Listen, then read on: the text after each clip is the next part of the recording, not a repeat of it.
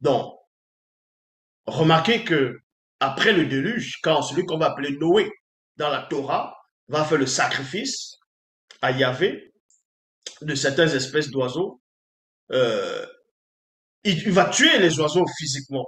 Vous voyez, dans ce qu'on appelle la Torah.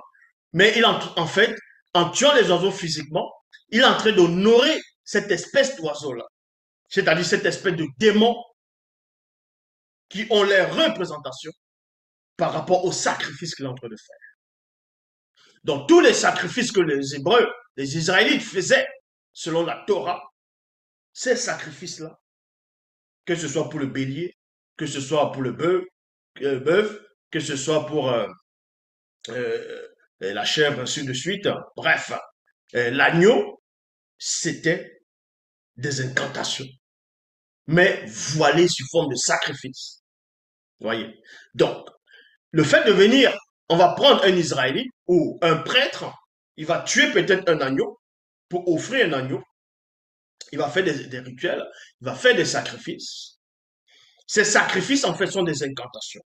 Parce que la victime expiatoire qui veut livrer à Yahvé, parce que Yahvé est supérieur, donc ce démon supérieur est supérieur par rapport à certaines autres espèces comme lui. Mais Yahvé n'est pas le plus puissant des démons. Parce que avant la race des démons oiseaux, il y a eu les démons reptiliens.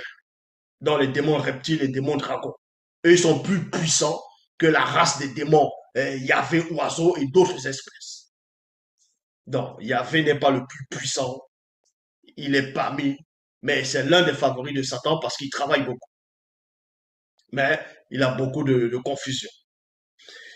Ceci pour vous dire que quand vous voyez dans les Bibles actuelles classiques, parce que deux fois, on dévoile les secrets, que celui qui va faire un sacrifice, vous allez faire un sacrifice peut-être de bœuf, là, vous êtes en train de... Ce bœuf-là va représenter un totem. Ça va représenter un totem, c'est un rituel de sacrifice. Donc vous entrez en contact avec le démon qui a l'image de celui que vous êtes en train de offrir, de ce bœuf-là, de cet animal. Et maintenant, quand on va vous dire que Yahvé a senti une bonne odeur, a agréé cela, ça veut dire que le démon là est entré en vous. C'est une possession.